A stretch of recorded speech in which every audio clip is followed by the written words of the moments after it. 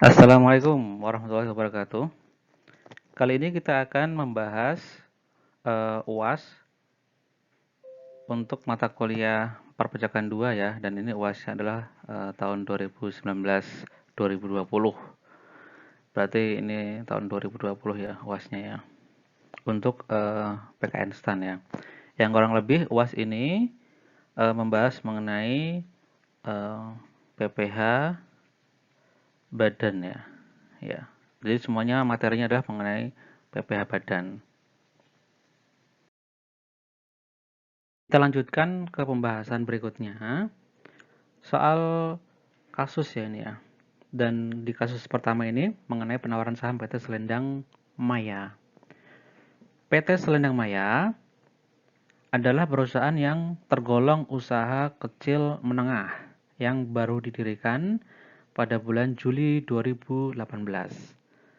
Saat mendaftarkan diri untuk mendapatkan NPWP, perusahaan tidak memilih tarif umum. Tidak memilih tarif umum ya. Artinya apa? Ya, ini kasusnya 2018 berarti dia secara defaultnya, secara otomatisnya dia akan mengikuti ketentuan di PP 23 2018 ya. Karena dia tidak memilih tarif umum dan sepanjang pula memenuhi syarat untuk dikenakan PP 23 2018. Setelah usaha berjalan, wajib pajak tidak menyadari kewajiban PPh-nya. Bahkan sampai dengan sekarang tahun 2020 PT tersebut akan melakukan ekspansi dan ingin mendapatkan tambahan dana melalui penawaran saham berbasis teknologi informasi di sebuah platform layanan urun dana. Bukan melalui bursa efek nih ya. Nah, ini disebut sebagai equity crowdfunding. Untuk keperluan tersebut, perusahaan ingin memenuhi kewajiban perpajakannya dengan baik. Ya, jadi sebelum masuk ke equity crowdfunding, dia harus membetulkan dulu masalah kewajiban perpajakannya. Kemudian, Anda diminta melakukan telaah dan memberikan nasihat perpajakan kepada perusahaan. Data yang tersedia adalah sebagai berikut ini ya. Ini untuk 2018. Dia mulai terdaftar, didirikan Juli 2018 dan datanya adalah 2018 sebagai berikut ya. Di bulan Agustus hingga Desember, penjualan kain, kemudian penghasilan sewa ruko, kemudian ada HPP kain dan biaya terkait dengan penjualan kain, serta biaya terkait dengan sewa ruko. Kemudian ada laba sebelum pajak. Nah, kita tahu bahwasanya untuk yang kain ini dikenakan dengan tarif umum ya. Tarif umum atau sesuai dengan PP 23 2018. Kemudian untuk penghasilan sewa ruko itu sudah jelas ya. Penghasilan PPh sewa atas tanah dan atau bangunan dikenakan PPh pasal 4 ayat 2 final ya. PP 23 ini juga final juga nih, yaitu sebesar 0,5%. Untuk tahun 2019 ya, data mengenai usaha bisnis dari Selendang Maya adalah sebagai berikut ini. Ini penghasilan dari bulan Januari hingga Desember ya, 2019. Nah, penjualan kain datanya sekian ya.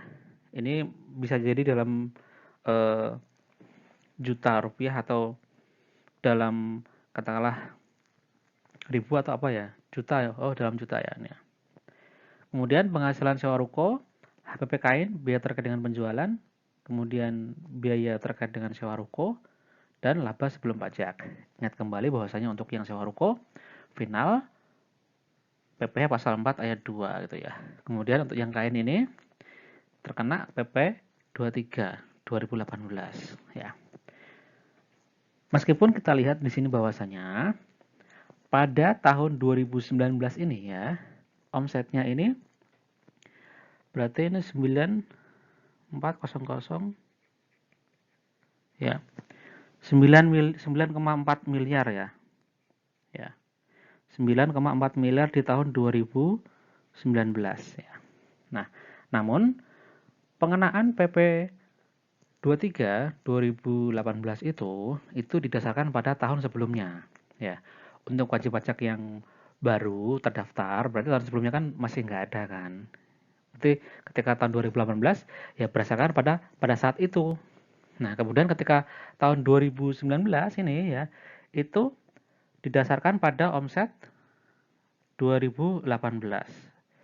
Kalau misalnya omset 2018 itu maksimal 4,8 miliar, berarti dia masih bisa menggunakan PP 23 2018 ini. Nah, berdasarkan diskusi dengan manajemen perusahaan, diketahui bahwasanya mereka tidak yakin apakah akhir tahun 2018 dan 2019 telah menyampaikan pemberitahuan memilih tarif umum atau tidak. Ya, nggak yakin. Yang mereka ingat adalah penghasilan yang mereka terima dari penyewaan ruko selalu dipotong PPh oleh BUMN yang memanfaatkan ruko tersebut. Oke, PPh pasal 4 ayat 2 sudah dipotong oleh BUMN. Kemudian tahun 2018 dan 2019 masing-masing PPh 4 ayat 2-nya atas sewa ruko itu 20 juta dan 60 juta. Ya. Instruksinya, hitung alternatif PPh untuk PT tersebut di tahun 2019. Asumsi bahwa pembukuannya yang dilakukan telah sesuai dengan ketentuan perpajakan. Ya. Kemudian, apa saran Anda tentang cara atau metode perhitungan PPh yang digunakan pada tahun 2020? Mengapa? Yang C, jika total kebutuhan dana yang diperlukan untuk ekspansi adalah 1,5 miliar dan manajemen optimis dana tersebut akan didapatkan melalui penawaran saham melalui skema equity crowdfunding, apakah dana tersebut adalah penghasilan yang merupakan objek pajak? Ya, jelaskan. Jadi, instruksinya ini untuk yang 2019 dan 2020. Oke. Kita lihat ya. Jawab aja langsung ya. Peredaran bruto tahun 2018 itu tadi dikenakan atau berasal dari PPh final dari sewa ruko dan telah dipotong oleh BUMN yang menyewa ruko tersebut. Dan juga ada penghasilan dari penjualan kain, which is basically dia non final ya. Namun karena wajib pajak itu tidak memilih untuk dikenakan dengan tarif umum ya, maka dia otomatis kena PP 23 2018 ya. Kemudian di tahun 2018 itu kan dia masih di bawah 4,8 ya. 2018 di bawah 4,8 itu ya. Artinya 2018 yang di bawah 4,8 ini menjadi dasar apakah wajib pajak juga pada tahun 2019 ini boleh menggunakan PP 23 atau tidak ya. Karena 2018 dia di bawah 4,8, maka 2019 dia masih berhak untuk menggunakan tarif sesuai dengan PP 23 2018 yaitu PPh final sebesar 0,5%. Nah, dan 2018 tadi kan tidak ada pemberitahuan memilih tarif umum ya, maka otomatis 2019 pakai PP 23 2018. Nah, ini daftar penjualan kainnya ya. Kemudian daftar PPh terutang sesuai dengan PP 23 2018 dengan tarif 0,5%. Ini dalam juta rupiah ya. 600 juta dikali setengah persen sama dengan 3 juta ya. Begitu juga dengan bulan Februari, Maret, April, Mei, Juni, Juli, Agustus, September, Oktober, November, Desember. Jadi total omset 2019 adalah 9,4 miliar. Kemudian PPh terutang final sesuai dengan PP 23 adalah 47 juta. Gitu ya. Nah, terkait dengan 2020 ya ini ya. Apakah 2020 itu wajib pajak bisa menggunakan PP 23 2018 ya. Omsetnya sudah di atas 4,8 ya, di atas 4,8 ya. Otomatis dia di tahun 2020 tidak lagi berhak menggunakan PP 23.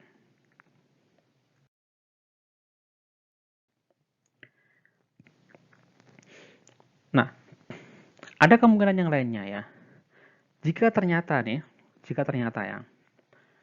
ada kemungkinan yang kedua ya. Pada akhir 2018, wajib pajak menyampaikan pemberitahuan untuk memilih tarif umum ya, maka 2019-nya dia harus menggunakan tarif umum PPh ya, dan itu dihitung dari laba fiskalnya. Tadi diketahui bahwasanya ini alternatif lainnya ini ya, kalau misalnya ternyata data-datanya itu ada. Nah, makanya untuk memperoleh untuk memastikan apakah wajib pajak itu sudah menyampaikan atau belum, sementara data dia mungkin hilang atau tercecer entah kemana, maka wajib pajak bisa mendatangi ke KPP tempat dia terdaftar dan berkonsultasi dengan akun representatif mengenai kewajiban serta hak perpajakannya. Ya. Begitu juga data-data apa saja yang telah dilaporkan oleh wajib pajak. Nanti bisa berkonsultasi dengan AR yang menjadi katakanlah menangani wajib pajak tersebut itu ya. Nah, ini kalau misalnya wajib pajak ternyata sudah memberikan pemberitahuan memilih tarif umum, maka di 2019 dia harus menggunakan dengan tarif umum ya. Tarif umum itu artinya bahwasanya PPh itu dihitung berdasarkan dari laba fiskal. Dan di dalam soal tadi diketahui bahwasanya anggap saja wajib pajak ini sudah memenuhi ketentuan sesuai dengan fiskalnya di laporan keuangannya gitu ya. Jadi nggak ada lagi penyesuaian fiskal positif atau negatif karena kita anggap sudah memenuhi syarat tersebut. Nah, di sini penjualan kain tadi 9,4 miliar, kemudian HPP-nya 3 miliar 760 juta, kemudian ada biaya penjualan kain sebesar 1 miliar 120 juta, sehingga laba fiskalnya adalah 4,520 miliar. Kompensasi kerugian nggak ada, PHKP-nya ada, gitu ya. Dan ini adalah kejadian tahun 2019. Nah, kita lihat di sini bahwasanya omsetnya ini adalah 9,4 miliar, ya. Berarti dia masih di bawah 50 miliar dalam setahun ya, di bawahnya. Maka wajib pajak berhak untuk menikmati fasilitas sesuai dengan pasal 31E, di mana sampai dengan omset 4,8 miliar dia berhak untuk mendapatkan tarif sebesar 50%. Jadinya di-split ya. PHKP-nya ya 4 miliar 520 juta. Nah, kita hitungnya. PHKP yang pertama ini ya, itu kan dia masih mendapatkan fasilitas pasal 31E ini ya. Ya. Sehingga tarif pajaknya adalah 50% dikali 25%. Ya, ini ya.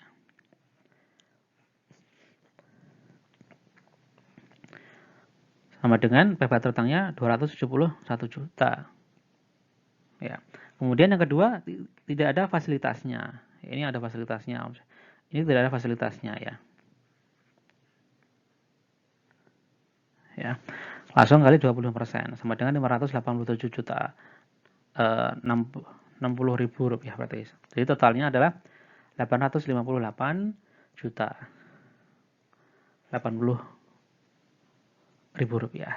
Nah, ini PPh yang terutang semuanya. Nah, dari sini kira-kira besar mana? Ya, apakah PP 23 atau tarif umum? Ya, kalau dari sini terlihat tarif umum lebih besar di PPh terutangnya. Cuman pada hal-hal tertentu tarif umum lebih kecil. Nah, itu bisa dilakukan simulasi ya. Kemudian pertanyaan kedua yang berikutnya. Ya. Karena tadi ya, peredaran bruto 2019 telah melebihi 4,8 miliar. Dia omsetnya 9,4 miliar ya. Maka tahun 2020 dia akan dikenakan dengan tarif umum, tidak boleh menggunakan PP 23 2018. Nah, Sehingga untuk perhitungan PP badannya nanti akan dilakukan pada akhir tahun berdasarkan laba fiskalnya. Ya. Terus pertanyaan yang ketiga, apakah penyerahan atau katakanlah let's say mendapatkan modal dari crowdfunding tadi merupakan objek pajak? Hal itu bukan merupakan objek pajak ya. Penyertaan modal dari crowdfunding equity tadi bukan objek pajak ya. Karena apa? Karena itu merupakan termasuk dalam kategori setoran tunai yang diterima oleh badan sebagai pengganti saham atau sebagai pengganti penyertaan modal. Jadi itu istilahnya hanya setoran modal gitu. Jadi bukan merupakan penghasilan, tetapi dia mendapatkan cash ya, dia mendapatkan cash dan nanti cashnya itu di sisi kiri, kemudian di sisi kanannya langsung masuk ke modal, tidak masuk ke income, gitu ya. Oke, sih jelas ya.